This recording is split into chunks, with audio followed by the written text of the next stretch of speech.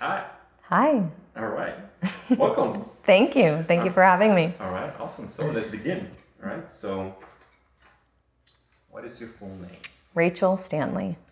I was born in May of 1979 in a small town about an hour northwest of Philadelphia. My father's name is Bill Ettinger. He was born in Harrisburg, Pennsylvania in 1950. He actually is still an aquatic entomologist. He's done it his whole life. I think he's been with the same company for maybe 30 years now, and slowly giving it up. And I think he's down to 24 hours a week, but yeah, it's hard for him to give up work. Okay. My mom is a serial entrepreneur. Okay. Yes. Where was she born? She was born somewhere around the same place, a small town, rural Pennsylvania, about an hour northwest of Philadelphia. And in 1951, she's a serial entrepreneur. Okay, she's done everything from working for corporate America to having her own headhunter companies. She's done direct sales. She's done permanent makeup. I mean, she's the creative one. I have two half brothers. They are now 30 and, gosh, how'd I do? 30 and 34, I think. And now they're in upstate New York, and they have a bunch of little kids. And half brother, like on what side? They are my mother's biological with my mother. I have a stepdad with them. And who's your stepdad? What's your stepdad's name? I had multiple stepdads. But this stepdad, my brother's father, his name was John, and he passed away when I was in college. Okay. So talk to me about the multiple stepdads. What was that? Well, my parents were divorced before I was born, and I'm not really sure of the story of why. You know, I've heard some versions of it from my mother, and you know, I've chosen not really to make it all that important. I don't really remember my dad being involved much until I was about 7 years old. Although my mom tells me, you know, that he sent cards and things like that. But yeah, by the time I was 7, I mean, we already had my other brother, and you know, my mom was on, I think, marriage number 3 at that point. And yeah, there was multiple men after him as well. Okay. Yeah. And how was that growing up? How was that growing up? Experiencing. You see how we're saying that? This story's gonna go Yeah. wherever it leads. Yeah. It was definitely interesting. It was hard, you know. I was very fortunate that, you know, my dad was involved when he was involved. But I always, you know, felt second or third fiddle to my mom's boyfriends or husbands or whoever it was around at the time. And, you know, now that I'm a mom, I get it. You know, it's hard. It's hard raising a kid. And to have 3 kids and be on your own, and you really want a partner, and you need some downtime too. You know, you need somebody to share your life with. But, you know, she never really picked the best men to be in our lives. And so it led to a lot of instability. You know, there were a lot of boyfriends. There were several husbands. You know, there was a lot of fighting. You know, I've never been a step parent, but I can't imagine that it would be an easy role to fill, you know, and to understand where do you come in and where do you stay out and where do you get involved. And it was very tumultuous. You know, my mom sometimes picked men that, you know, could be abusive to her, to us. And so it just, yeah, wasn't, it was very unpredictable and not very stable. And how old were you when you remember, you know, the first signs of instability? From the beginning of my memory, 5. So as a child, I sucked my fingers. I wasn't a thumb sucker, I was a finger sucker. And, you know, during obviously instability, just like any child, you know, they have a coping mechanism. And so I was still sucking my fingers at 7 years old. And my brother's father at the time I guess my brother's father, he hated that. And I remember him putting Tabasco sauce on my fingers, putting Tabasco sauce on my blankets, so that if I touched it, it would be on my fingers to keep me from sucking my fingers. And, you know, in the meantime, I remember fights with my mom and my stepdad, and I mean, just needing a way to cope and self-soothe. And so, you know, it was crazy. Just wanted to be loved and soothed, and not to be so afraid in my own house. And I was always afraid in my own house. And how did that manifest itself, you know, as you grew up?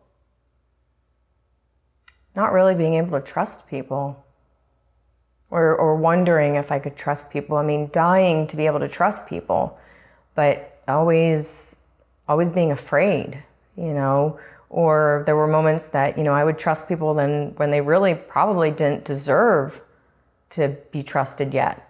So either I was overly trusting or I wasn't trusting. There was like no middle ground. It was hard for me to learn, you know, boundaries and space and what was healthy.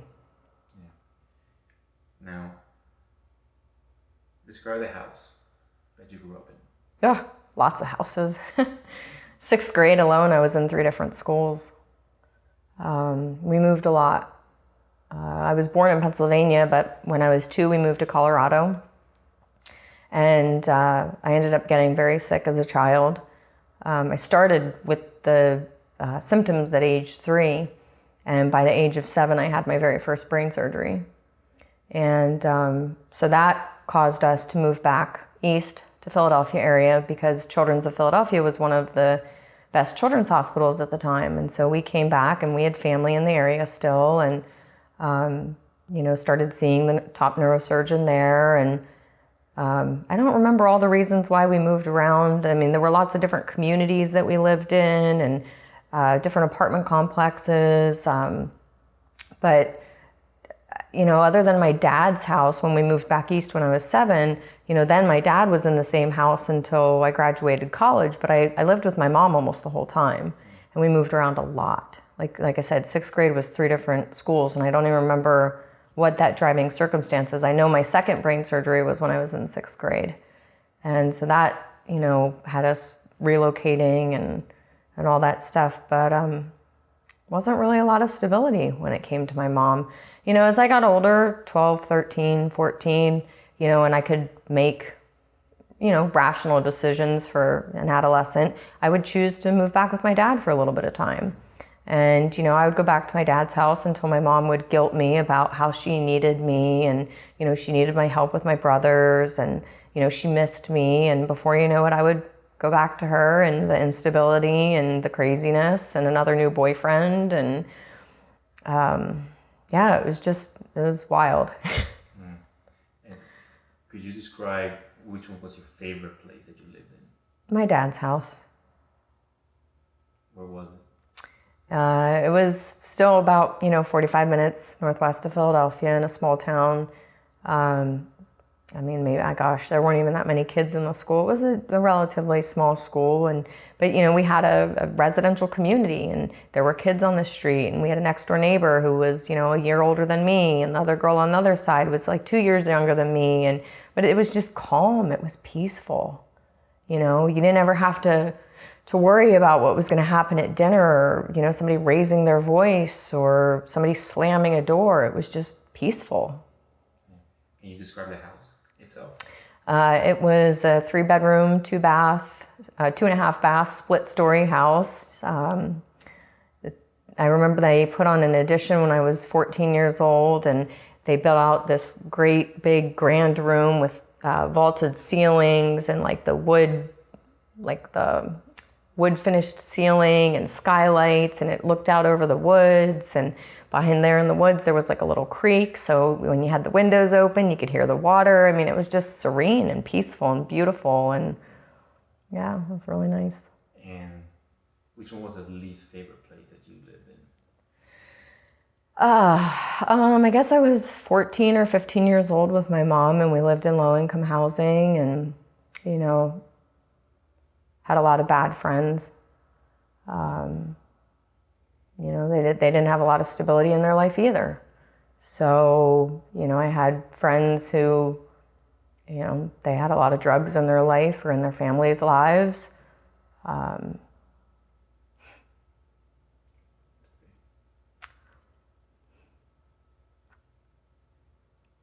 few weeks before my boyfriend and I turned 16, his mother died of a heroin overdose.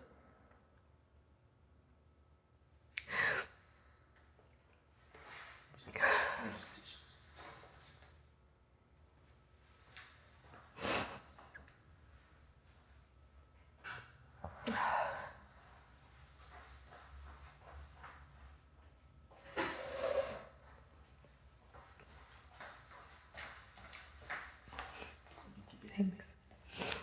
I actually had 4 or 5 friends we were 15 years old, and his mother all die of heroin overdoses in like 6 months. And that was really my wake-up call. It scared the living daylights out of me. And I knew that it was at that point that if I didn't do something different, I was going to end up like them.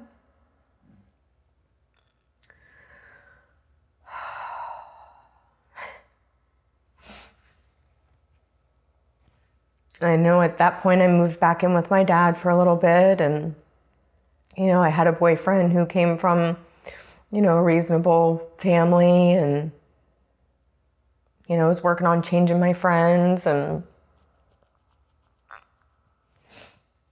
I knew that it was time that I had to put space between my mom and I and some of the situations that I was getting into with her.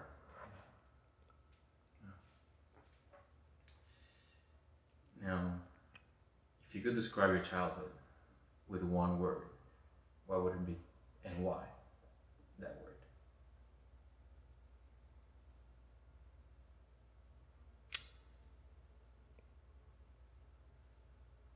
Believe it or not, immemorable.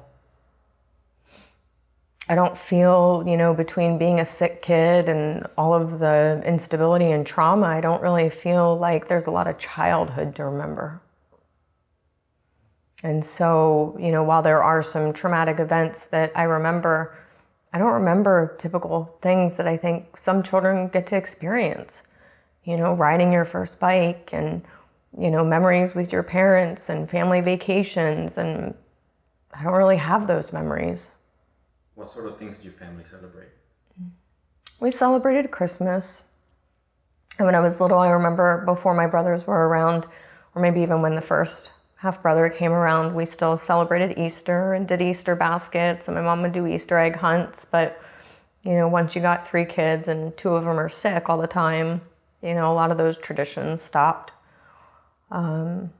My grandmother, my dad's mom, used to spoil the heck out of me with dresses from Bloomingdale's and John Wanamaker's and, all these things, because I was my dad's only child. And so, that was her only opportunity to have a grandchild.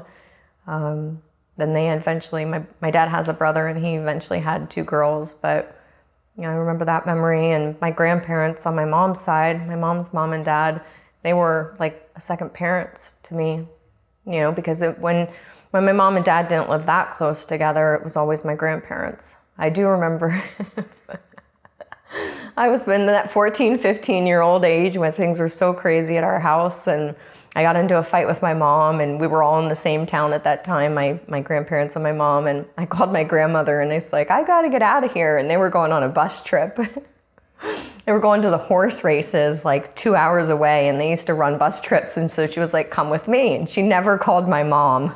And I just was gone all day. And my mom was so mad at her when we got home because she was worried about me. But my grandmother was always my savior. She was always the one to be there and soothe me. And she knew when something was going on. What's your grandmother's name? Her name was Demi. Yeah.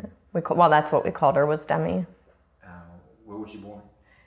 She was born in that same small town area of Pennsylvania in 1922, and her husband was born in 1920, my papa, and Gosh, they got married when they were 16 and 18, and he went off to the war, and yeah, just a hardworking couple. What did you call your grandpa? Pop. And are they still alive? No, they passed away in 2014. At the same time?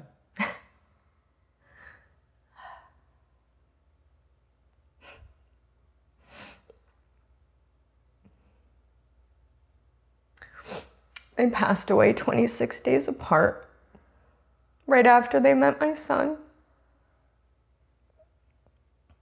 My grandma always told me that she was waiting for me to get married. I was number 14 of 16 grandchildren, but I was always the favorite because she was, always there for me and helped raise me. And, she would tell me for the longest time, I'm waiting for you to get married. I'm waiting for you to get married. And as soon as I got married, she told me, I'm waiting for you to have a baby. And I was like, okay, Demi, no pressure. And I had my son prematurely, and in the middle of the night, 3:25 in the morning. And I remember waiting until a reasonable hour to call them and tell them. And it was probably like 7 o'clock in the morning, because grandparents, they wake up early, at least mine did. And telling her, I had the baby. And she was like, you had the baby already? And I said, yes, I had the baby. And well, we can't wait to meet him. And so as soon as we could arrange it, Luke was 5 months old, and we got up there to Pennsylvania, and it was the last time. We had one last anniversary party for them. It was their 74th wedding anniversary. It was beautiful. Both my brothers came down with all their kids, and it was a good time. But I could tell that my grandma was really sick. She really was holding on. And that was the last time I saw her. It was almost the last time I spoke to her, because it was right after that. I mean, literally, she was waiting to meet my son. And within, I don't know, I think it was 3 or 4 weeks, she was gone. And those last couple of weeks, she couldn't even speak. And, I really honor my mom, because she gave up her last 2 years of their life, and she left. She was out in Arizona at that time, and she left and moved back to small town Pennsylvania and gave up her house and her car and everything to move in with them and be their nurse. And finally she had to hire, help, because they were going downhill quickly. And, she ended up hiring hospice nurses, and they would come in and help. And I really honor her for that sacrifice. You don't see a lot of that, at least not in the United States, not with our culture, not with our heritage, with people are busy doing their own thing nowadays, and, they stick their parents in a home, and that's the last they see of them. But, she did that. And I'll never forget my mom calling me and telling me, how much pain Demi was in, and that she was like living on morphine. And I told her, I said, Mom, there's a point where we just get to let go. And I was like, I know it's not easy. It's not easy. It's not my parent, but it's close. I was like, but it's time to say goodbye. And I think it was 72 hours she was gone. Do you remember the last words you told your grandma? I love you. Always was. Ever since I was an adult, 18 years old, I would call them every single Sunday. Sometimes the conversations were 2 minutes. They grew up in a time when you didn't use the phone for very long because it was really expensive. So, sometimes the conversations were 2 or 3 minutes or 10 or 15. But every Sunday for, 20 years, I talked to them every Sunday. And I probably didn't speak to her, though, for the last 2 weeks because she was just too sick. She was too out of it. And she died on Halloween, my son's first Halloween. But I know that there was a reason for that. So that every Halloween when I get him dressed up, that I think of her. And I know that she's there with us. So how were the Christmas, birthdays, or family gatherings as you remember them? How were they? I don't remember a lot of Christmases other than the fact that we had Christmas. But I do remember my grandparents used to host a July 4th picnic when their other kids and all my cousins and my grandfather's mother was alive until she was 102. And we used to get all 5 generations together.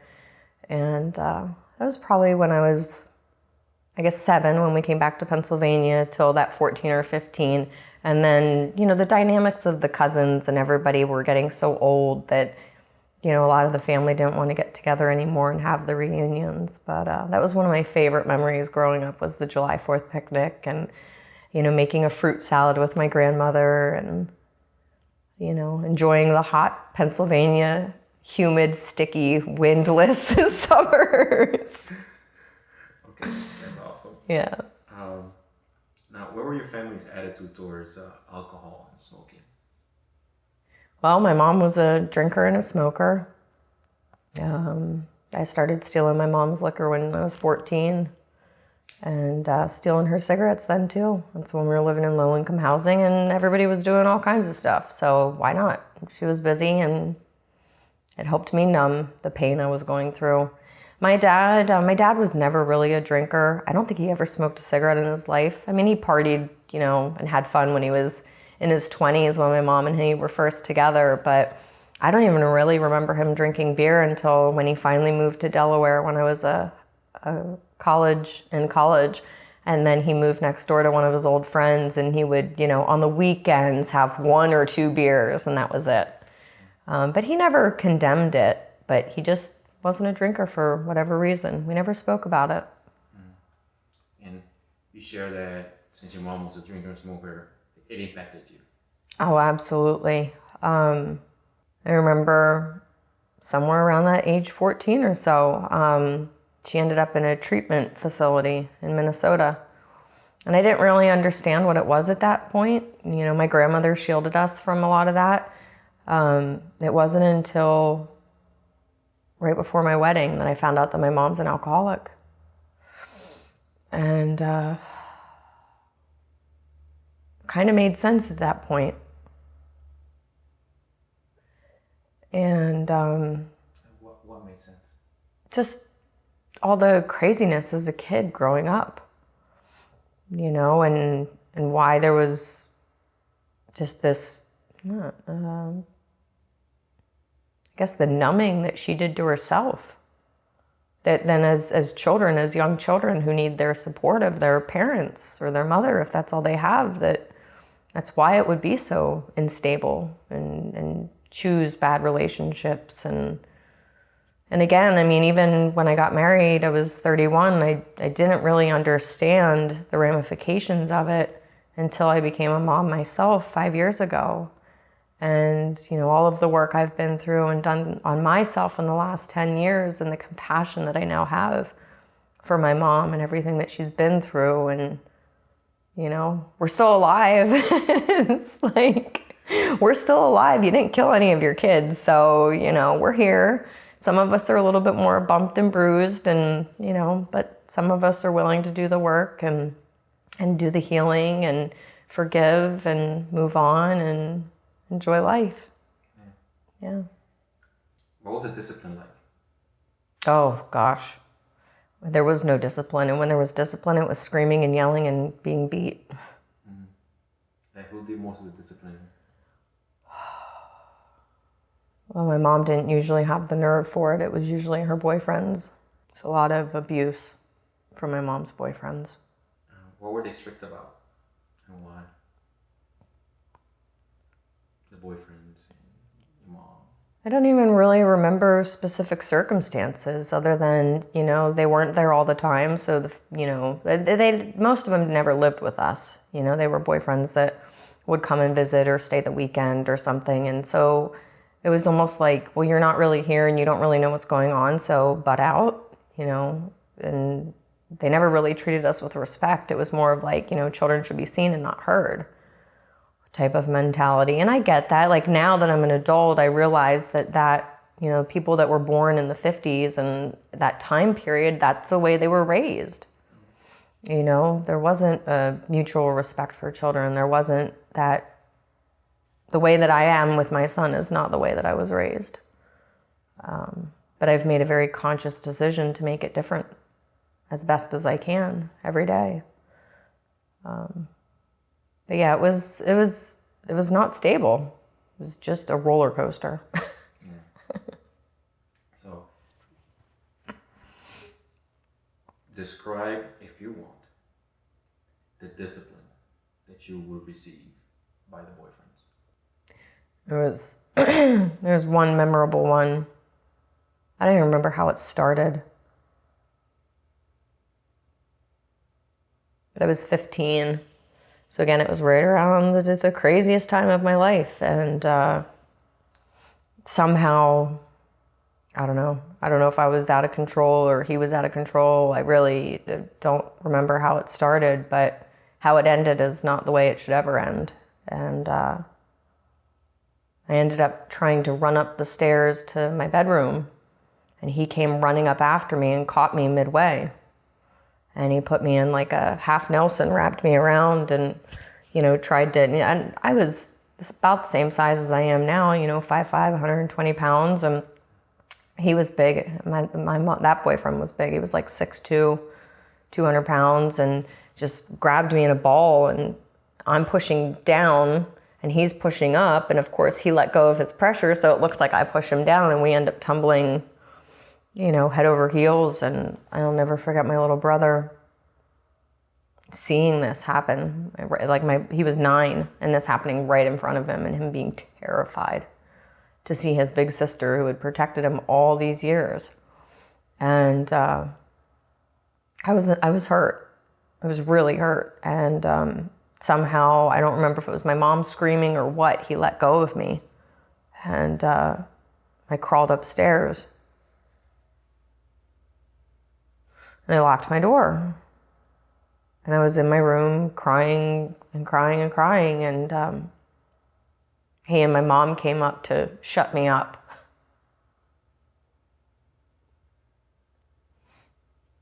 And my mom held me down while he beat me.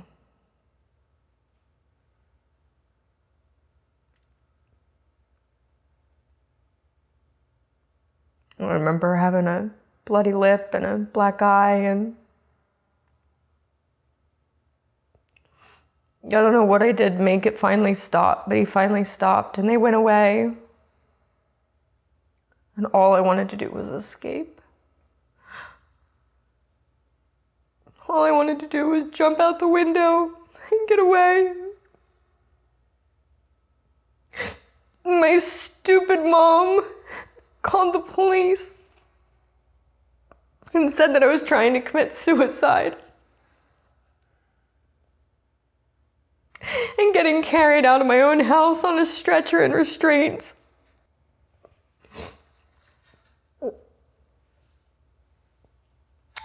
They lied to everybody.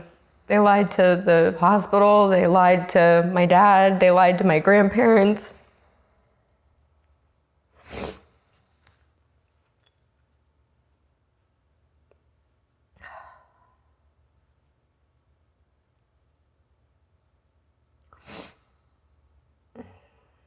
I was put in a mental institution for children for 21 days for a suicide threat that I never even did. And I'll never forget that one of the things I had to do to get out of there was I had to have a meeting with my mom and her boyfriend at the time. And I asked him, and I said, "Do you think you did anything wrong?" And he said, "No." And I got up out of that chair, and I was banging on the doors, and I was like, "Let me back in. Let me back in. I don't want to go back."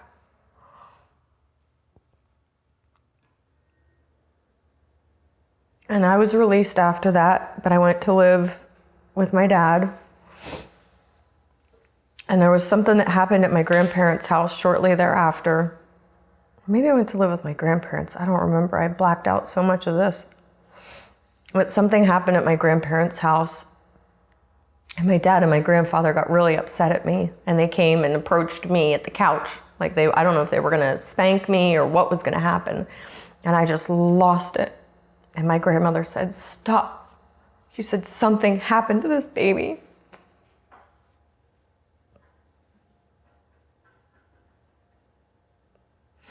And that's when I finally got to tell my family what they had done to me.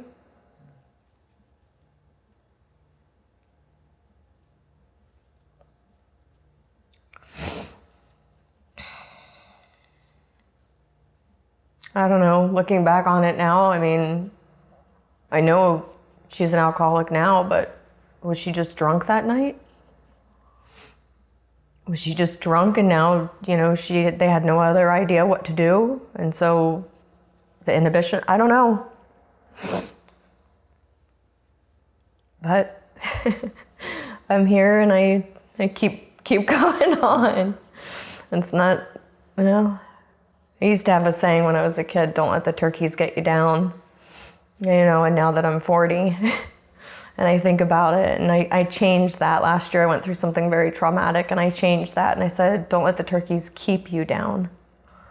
Because I know I'm allowed to have my moments, to be sad, to feel grief, to feel anger. But as long as I don't stay down, I'm allowed to feel those things. By holding them in, I was killing myself holding those feelings in for so many years. So by allowing to experience those feelings and then move through it, that there would always be a sunny day. Where do you go to school? I went to Penn State University, like a lot of my family did. Wasn't intentional. I thought I was going to move away and go to University of New Mexico. But I ended up, when I was 16 and 17, my boyfriend was at Penn State too, and I wanted to be close. I didn't want to move all the way across the country at that time. And, you know, like I said, he was the guy that was from a stable family and, you know, had a pretty good background. And that was really my first taste of stability my whole life. So, you know, I thought we were going to get married, and so I went to Penn State. But it was a great experience. It's an amazing school. Did you take friends, or were you in groups mainly? I had one best friend, really. A couple of, you know, I was definitely social, but I wasn't in a sorority. I wasn't a sorority girl. You know, I lived in the dorms the first year, and then I ended up living in apartments with roommates. Yeah, I had some interesting roommate experiences in college, but I think a lot of us have some interesting roommates in college. But my best friend, she and I met our first day of freshman year, and we're still friends today. I just saw her a few months ago again. It was great. What's her name? Dara. Yeah. Where does she live? She lives in Virginia. Actually, that's what took me to Virginia when I graduated college. She graduated on time. I stayed a year behind for a different boyfriend who I thought I was going to marry, but surprise, I didn't. And so she was in Virginia, Northern Virginia, and I was like, wow, Northern Virginia seems nice, and I have a friend there, and you know, I liked the idea of culture and being close to a city, being close to the beach, and yeah, I was there for a year before I ended up in Florida. Mm-hmm. What brought you to Florida? That first boyfriend. Okay. Yeah, you know, it was funny. My college boyfriend teased that, you know, when we graduated college, we were going to break up. And I was like, what are you talking about? Like, you're crazy. But when we graduated college, we broke up, and I still don't understand it. And who knows, whatever. It wasn't meant to be. That's fine. But that first Christmas after I moved to Virginia, I ended up going back home and seeing my family and seeing my brothers most specifically. And somehow I bumped into him. And he had just moved to Florida, and he's like, come visit. And I was like, it's December in Northern Virginia versus December in Florida. I think that sounds like a good idea. And you know, you get off the airplane. I got off the airplane that very first time in the palm trees and t-shirt and tank tops in February, and I was sold. That and a sandwich from, gosh, what's the name of that? CR Chicks, a chicken sandwich. They call it the Sammy from CR Chicks, and I was sold. That was it. That was it. Thank you, Sam. I was moving to Florida. I'm excited. All right, so then here at school, do you remember any teachers you didn't like? There was this one teacher in 6th grade, and I think his name was Mr. Ulrich. And he was a former Marine, so he had that steadfast, and I'll never forget, he used to threaten us. He was our English teacher, and he would threaten us that, you kids, back in my day, we could stick you up on the hooks, because you had the chalkboards with the hooks. He's like, we used to stick kids on the hooks and leave you hanging there, and I think we were all afraid we were going to get stuck on a hook somewhere. We're always looking behind us. But it was in his class, we had to do an autobiography. There's a famous doctor, everybody knows him now because he ran for president a few years ago, but Ben Carson, the neurosurgeon Ben Carson, he did the first successful separation of Siamese twins connected at the head. And because I've had, 3 brain surgeries, I've obviously been enamored with all of this stuff. And so there I was doing an autobiography in 6th grade, dressed up like a neurosurgeon, separating 2 Cabbage Patch dolls that I had conjoined at the head, and so I was like doing brain surgery in front of my classmates. Oh, he was a hoot. He was a hoot. What was your first paying job? Oh my gosh. I would call it, they paid me, but my stepmom ended up doing the work. I took a paper route when I was 14, and it wasn't like the daily paper. It was like the penny pincher or something silly that, gets sent out like once a week. And it was the dead of summer, and Pennsylvania summers, like, people don't realize how hot, and it's just sticky. It's humid, and it's like there's no breeze. You were just roasting. And like the days that it had to be delivered, it was like 100-degree heat wave. So like my stepmom would have to deliver it for me. It was pretty funny. What was your favorite job? My favorite job was when I rent and sold construction equipment down here in Florida. I did that for 2.5 years. I wore cowboy boots and jeans and a polo shirt, no makeup, hair in a messy bun, and a red hard hat with ghost flames. And on occasion, I would take the boss's truck out when we needed to do a delivery, and it was like something small that I could deliver while I'm seeing my clients. And he had a big 450 dually diesel completely blacked out. So I'd pull up on the job site and you'd have no clue. You think like this big, burly, beard, sweaty man's gonna get out, and bink, out I popped my little hard hat, and it was a great time. Yeah. It was a really good time. I can only imagine. And all right, so your least favorite job and why? My least favorite job was probably my first job out of college. I ended up in Northern Virginia selling copiers. Selling copiers. And at the time, it was like a beginner sales position, even though I had a degree and I had a long history in sales. But it was, Washington, D.C. territory. So they had me, working under someone else. And I would work in the embassies, which was pretty cool. And then I got my own territory. But like, what you don't understand is like, copiers are a commodity and people don't care about them until they're dead. And it's not until they're dead where they're like, well, why can't you deliver me a new copier in 3 minutes? And then it's like, yeah, so it was a tough gig, but it was fun. I mean, I loved Northern Virginia, and I got to be how many people have been inside an embassy and like get to talk to some of these cool people? But yeah, that's probably my least favorite. We had to cold call 30 doors a day. And when I had the DC territory, you're like going up and down elevators. You'd go up to the 5th floor, down to the 3rd floor, back up to the 7th floor to like avoid security finding you. I'm already in. All right, awesome. What was your relationship like in, that least favorite place you worked at? How was the relationship with people? That was probably my last corporate job.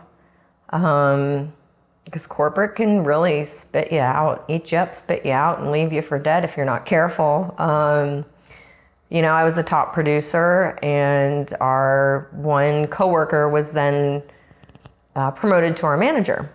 Well, I don't think she knew at the time, but several of us had reported her to HR for stealing, for lying, for fibbing her numbers. I was really shocked when I went to this giant corporation, and I'm not going to say names, that when I first started there really was no checks and balances for the way we reported. I I guess, number of units, because like we got paid on the number of units. Well, they really didn't check what the number of units were. So it's on your own integrity to turn in the appropriate number. Well, several of us had realized that this one person was fibbing on her numbers. And so at the time, you know, she was the sales rep of the month time and time again. And like, we'd look in the CRM and the numbers weren't matching what the reports were like. And we're like, are you kidding me? Like, so a couple of us reported her. Well, somehow she got promoted to our boss. And of course she came after me. So it was just, yeah, it was tough. But yeah, I said, that's it. I'm going to work for myself. Yeah. And what is it that you do now? So now I am a health and wellness coach and also a coach to passionate moms to help them find their destiny and their passion and freedom and self-worth. What do you do in your spare time? Play with my son, like really play. Get dirty, roll around on the ground. I'm probably the only mom that, like, maybe not the only, but like people look at me at the park and they're like, is she for real? Like, I live in gym clothes when I'm with him. We do dirty stuff. We do sweaty stuff. I don't care if it's, 100 degrees with a heat index of 110 in Florida. We just play and we have fun and we laugh and giggle and tickle, and it's just awesome. That's my favorite thing to do. And I love really reading again. I've been reading a lot of books and just getting in touch with myself and the creative side of me that dreams and loves and lives again. What are you creating right now? What's something new that you're creating? Right now, I am writing a book. Oh, it's so exciting. It's really exciting. What's the story of the book, or what's the message in the book? The message in the book actually is along the lines of what your project is. It's about resilience and never giving up and, going with the flow, really. I spent my whole life, helping my mom raise my brothers when there wasn't a man in the picture, and it always was plan, and it had to be this way. And like, I was the mom. I was the mom way before I ever should have been a mom. And so I got really attached to like outcomes and how things should look like, or what I thought they should look like. And to the point where I had this like performance anxiety, and I always had to be like this top achiever, and everything had a plan. And if it didn't go that way, my college boyfriend, he used to think I was so OCD. He once, I'll never forget, he took the silverware drawer and like took it out of the organizer and shuffled it all up, because I had this OCD where the silverware had to be this way. I got that regimented. And last year I had a major medical moment that really forced me to slow down and reevaluate life. And so yeah, it's about going with the flow and being in this space, and like how to be authentic and true to yourself and to live with full love. Yeah. Do you have a title? I do. Could you share? No, it's a secret for now. It's a secret. But I will tell you a cool story about that. Yes. When the event first happened last year medically, I named the book. I was like, okay, I've been talking about writing a book for 20 years since my last brain surgery. I'm going to write a book now. Like, this is the sign. I get it. Okay. And I came up with the name of the book. Well, then I went into denial over the name of the book, and I wanted to change the name of it. And so I crossed it out and I wrote down another name. Well, then every time I turned around, this one thing, people kept calling me this one name. And I was like, okay, I get it. I'm going back to the original title of the book. But what's cool is in the moment, in the process of writing this, even so, like what I thought the book was going to be a year ago, now that I'm in this flow with it and really allowing things to show up, what I thought the book was going to be is transforming, and it's really cool, and I can't wait to share it. But for now, the title is on lockdown. Okay. Can't wait. How did you meet your partner? Oh goodness, on an internet website. Could you share? Yeah, on Fitness Singles. So I've been in the fitness industry now 16 years, and I dated a couple of guys in the gym, and I would like, okay, well this stinks. Now I gotta go join a new gym. And like fitness just became such a big part of my lifestyle that I realized I needed a partner that was that into fitness too. And joining new gyms really kind of sucks. Like I want to keep my gym, so. There's a cool website called Fitness Singles, and gosh, it was so funny. I was doing my construction job, and he lived down in South Beach, so it was like two totally different worlds, you know, me in my jeans and cowboy boots and him all like dolled up all the time.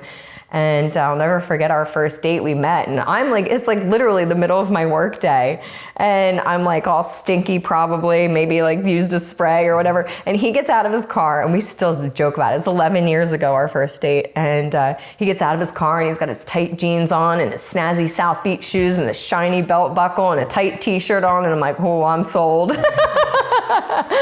Oh, it was like I said, two totally different worlds combined, but you know, we really bonded over our core values at that first date, and that was it. Wow.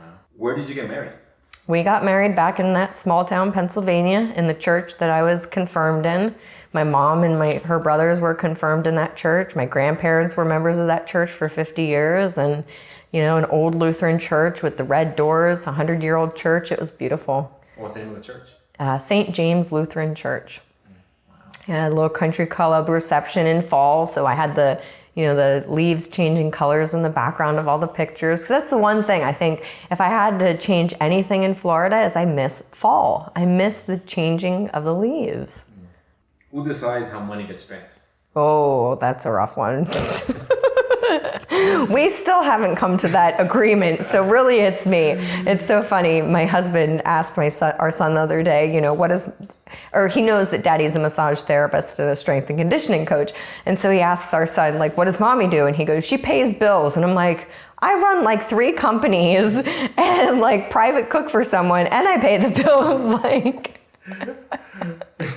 but yeah, I guess I pay all the bills and decide how the money is really spent. But I still dream of like more cooperation in that manner. How would you describe the relationship?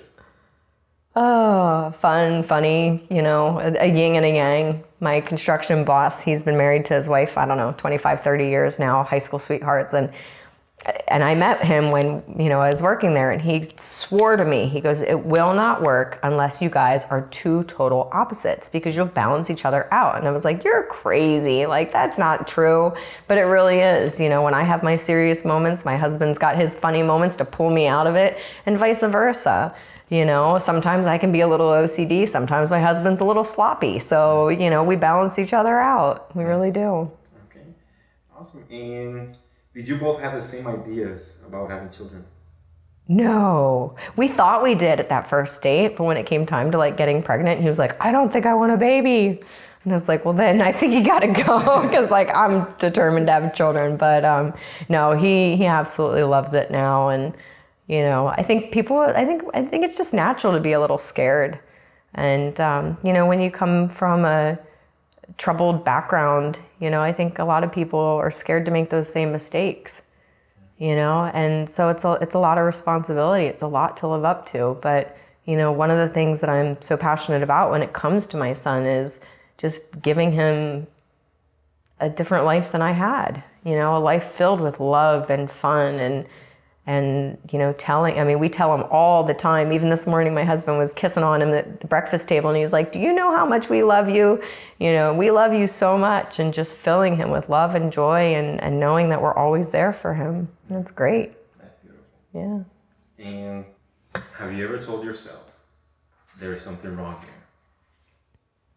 Yeah, when I was 15 or 16, when I lost all those friends, you know, to drug overdoses. That was really the only time that I said there's something wrong. It's time to snap out of it. So, okay, perfect, you said that. Before that happened, what did you want out of life? Before that moment happened, that made you change because that happened. And you took over, you changed, you realized something.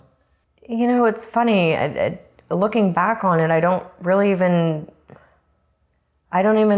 feel like I knew that there was something more. Like, you know, there was so much going on in the household that I was just trying to numb it all, you know, and surrounding myself with not the best people worked at the time. But once I realized that like life is now, like life really is now, and I could be one of those people. You know, I never did heroin, but I was hanging around with people that did heroin. So at what point do you make mistake? You know, do you do silly things like that? I didn't, thankfully, but you know, I knew like this is my time, and this is my time that I get to decide how I'm going to spend my life, and that was it. And lastly, have you ever told yourself, I'm on my own? Not I'm on my own as in, oh, I'm independent. As in, I'm on my own as in, I have nobody to help me. I'm very fortunate that probably in the 1 or 2 times I might have said that to myself, I had my grandparents. You know, and I know not everybody has had that opportunity to have that, and I'm forever grateful to them for being there in those moments that I might have said that or might have questioned myself.